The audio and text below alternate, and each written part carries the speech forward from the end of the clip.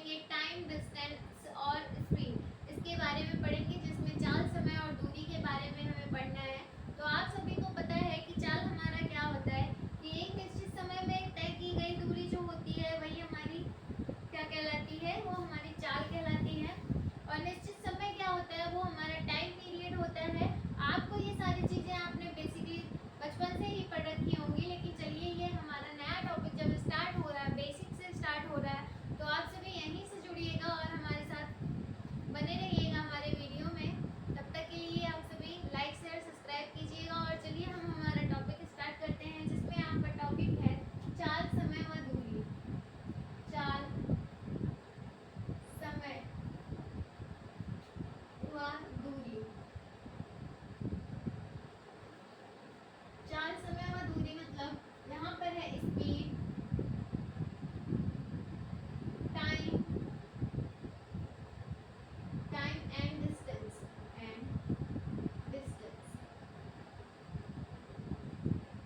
अब आप सभी को अभी मैंने बताया कि एक निश्चित समय में तय की गई दूरी जो होती है वो हमारी चाल व समय के गुणनफल के बराबर होती है। क्या होती है? एक निश्चित समय में, एक निश्चित समय में एक निश्चित समय में तय की गई दूरी जो होती है, तय की गई दूरी चाल व एक निश्चित समय में तय की गई दूरी चाल व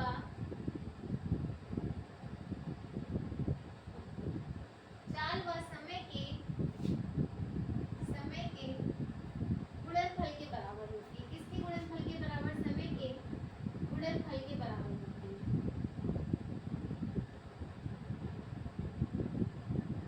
बराबर होती है। इसके कुछ फॉर्मूले हैं, जैसे कि हमारा पहला फॉर्मूला है कि जहां पर होगा हमारा चाल बराबर दूरी इंटू समय, दूरी इंटू समय।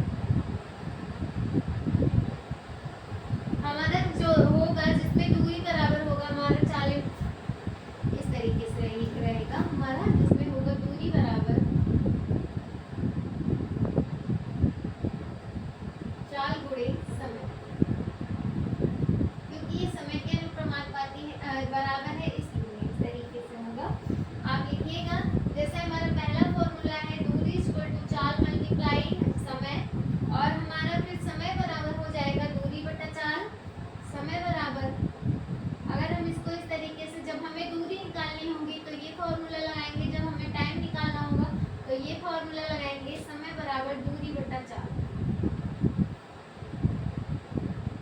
और जब हमें दूरी समय हो गया और इसके बाद हमें निकालना है चाल, जब निकालनी होगी तो हमें क्या करना होगा, तब हमें क्या करना होगा, दूरी बटा समय कर देना होगा। चलिए इस तरीके से दूरी अपॉन समय।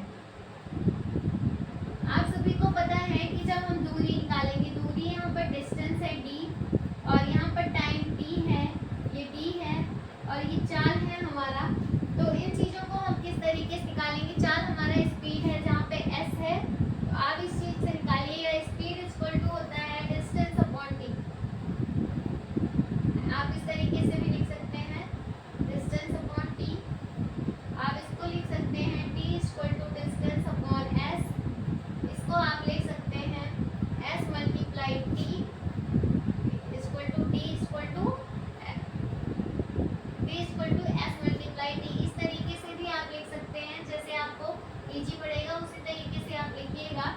हमारा अभी आपको मैंने बताया कि चाल क्या होती है, कि एक निश्चित समय में तय की गई जो दूरी होती है वही चाल और समय के बराबर होती है, गुणनफल के बराबर होती है। ये चीज़ मैंने अभी आपको बताया। चलिए इस तरीके से आप इसको लिख लीजिए, फिर हम थोड़ी सी चीज़ें और लिखते हैं। आप इसको मिटा दीजिएगा।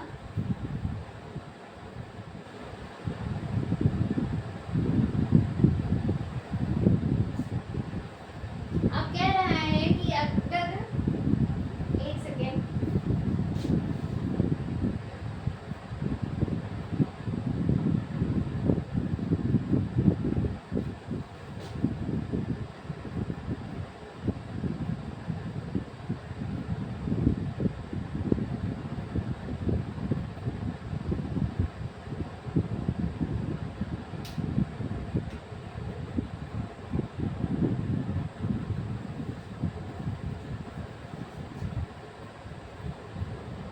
चलिए अब हमारा है कि कह रहा है कि चाल अधिक, अगर हमें चाल के किलोमीटर या घंटा में या प्रति सेकंड में जब निकालना होता है तो हमें क्या करना चाहिए।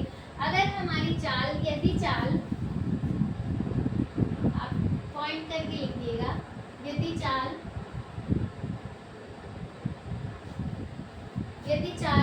किलोमीटर प्रति घंटा में निकालनी हो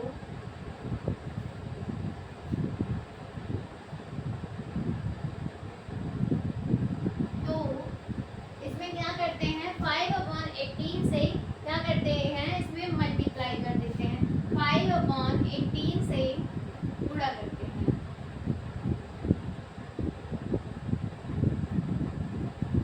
जब हमें चाल क्या करनी होती है, किलोमीटर प्रति घंटा में निकालनी होती है, तो हम क्या करते हैं कि जो है 5/18 से उसमें गुणा कर देते हैं। मान लीजिए आपकी चाल दे देता है जिसमें कहता है कि 54 किलोमीटर प्रति घंटा निकालना है, प्रति घंटा की दर निकालिए या फिर आप कुछ भी समझिए का समय निकालिए।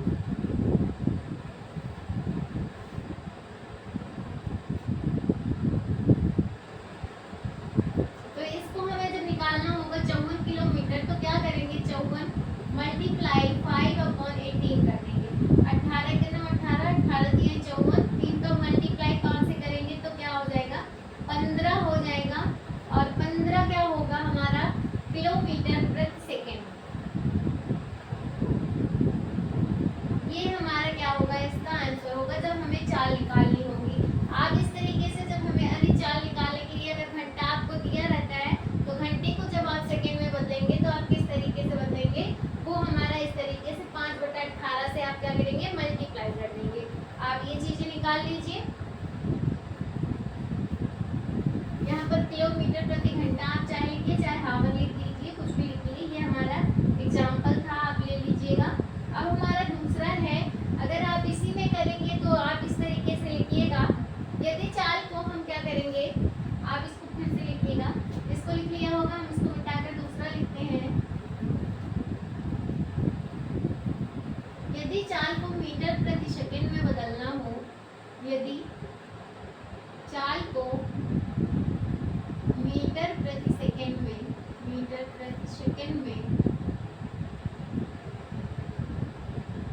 बदलते हैं तो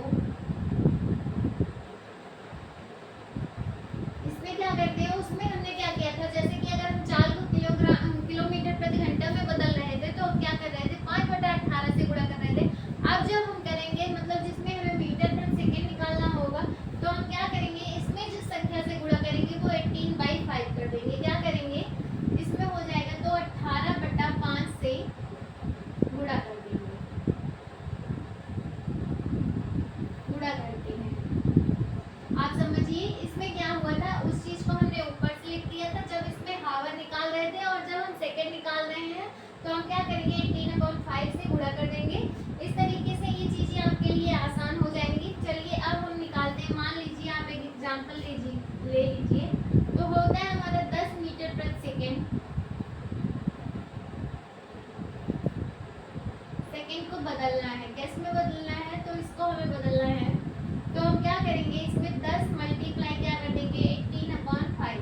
तो 5 से आप काटेंगे तो 5 दूना 10, 18 दूना 36, कितना हुआ, 36 आया। हमारा क्या आया, 36 आया। ये हमारा किस में चेंज हुआ, वो हमारा मीटर प्रति सेकंड में चेंज हो रहा था, और ये हमारा किस में चेंज हो रहा है, ये हमारा किलोमीटर प्रति घंटा के रफ्तार में चेंज हो रहा है। तो ये हमारा किस में चेंज होगा, किलोमीटर प्रति हावर में चेंज होगा। देखिए आप समझिएगा कि अगर हमें सेकंड में चेंज करना है तो हम क्या करेंगे, 5/18 से गुणा कर देंगे, और अगर हमको घंटे में चेंज करना है तो हम क्या करेंगे, 18/5 से गुणा कर देंगे। आपको यही चीज करनी है। आप इस तरीके से ये सवाल कीजिएगा। फिर चलिए हम दूसरा लेते हैं। हमारा दूसरा पॉइंट होगा,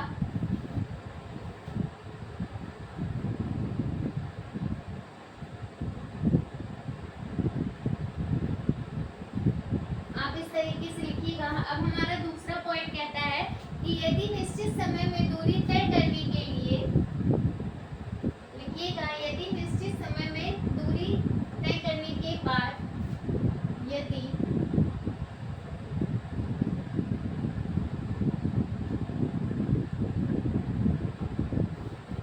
समय में दूरी तय करने के बाद, इसमें क्या कह रहा है कि अगर जो दूरी है, जो चाल है, वो हमारी जो चेंज हो रही है, वो उसमें हम क्या करेंगे, तो इसमें क्या कह रहा है कि यदि निश्चित समय में दूरी तय करने के बाद वस्तु की जो है औसत गति क्या होगी। इसमें पूछ रहा है कि औसत गति या उसकी चाल क्या होगी। के बाद औसत गति या चाल, तो इसका फॉर्मूला क्या होता है, अब आप बताइएगा। तो इसका फॉर्मूला होता है कि उसके द्वारा तय की गई दूरी, उसके द्वारा तय की गई कुल दूरी अपॉन उसके द्वारा तय की गई कुल दूरी और कुल समय क्या होगा, उसके द्वारा तय किया गया, उसके द्वारा तय किया गया कुल समय। अब मतलब यहाँ पर क्या है कि अगर औसत चाल आपको निकालनी है तो क्या करेंगे आप, total distance upon total distance upon total distance upon total time.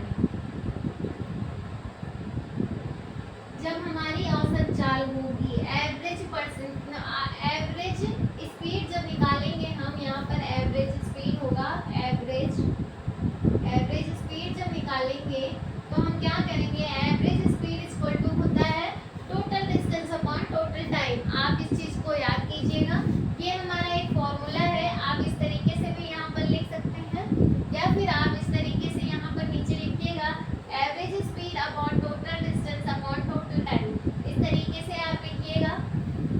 अगर अब दो असमान चीजों को निकालना है, आप समझिएगा, यहाँ से इस चीज को आप फिर से लिख लीजिएगा, इधर लिख लीजिएगा। चलिए, अब हम औसत चाल ही निकाल रहे हैं, लेकिन अगर दो असमान चीजें हैं, आप लिखिएगा, जिसमें जब दो अलग अलग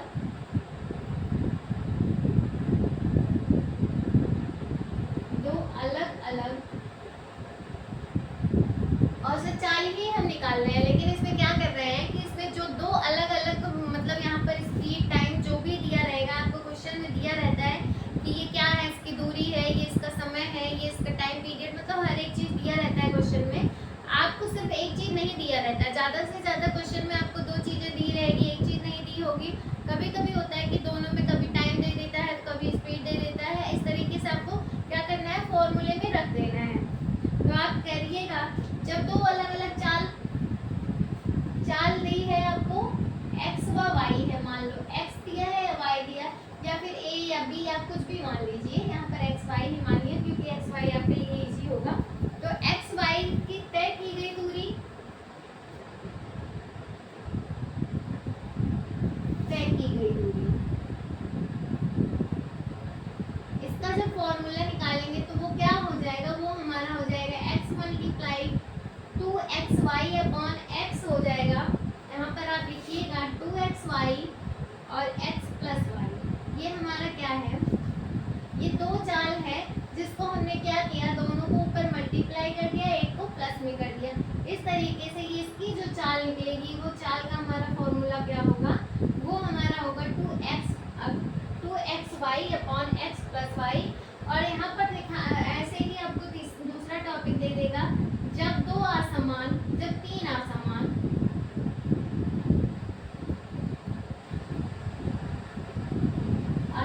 चाल x y व z हो तो तय की गई दूरी, इस तरीके से आपसे आपसे पूछ सकता है, जैसे अगर आपको 2 दिया है तो आपने क्या किया 2xy कर दिया, लेकिन जब आपको 3 दिया रहेगा तो आपको क्या करना होगा, यहाँ पर 3xyz कर दीजिएगा, 3xyz अपॉन कर दीजिएगा x plus y plus Z.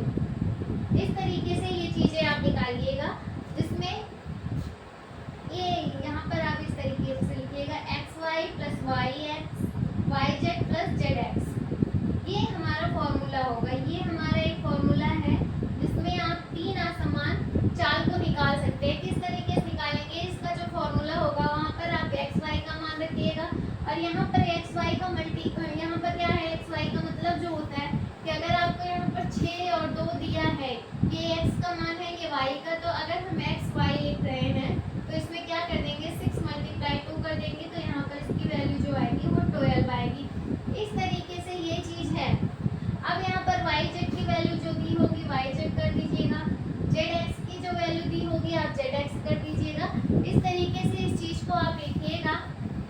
और हमारी ये स्पीड एंड टाइम की पहली क्लास है। अगर आप सभी को क्लास पसंद आ रही होगी तो प्लीज़ लाइक शेयर सब्सक्राइब कीजिएगा, और हम नेक्स्ट क्लास में इसी टाइम पर मिलेंगे आप सभी से मैथ के इसी नए टॉपिक के साथ। तब तक के लिए आप सभी स्वस्थ रहिए, मस्त रहिए और व्यस्त रहिए। अच्छे से अपनी पढ़ाई पर फोकस कीजिए, क्योंकि प्रैक्टिस ही आपके लिए सबसे इम्पोर्टेंट चीज़ है। आप अच्छे से प्रैक्टिस करेंगे तो आप सभी का सिलेक्शन पक्का है।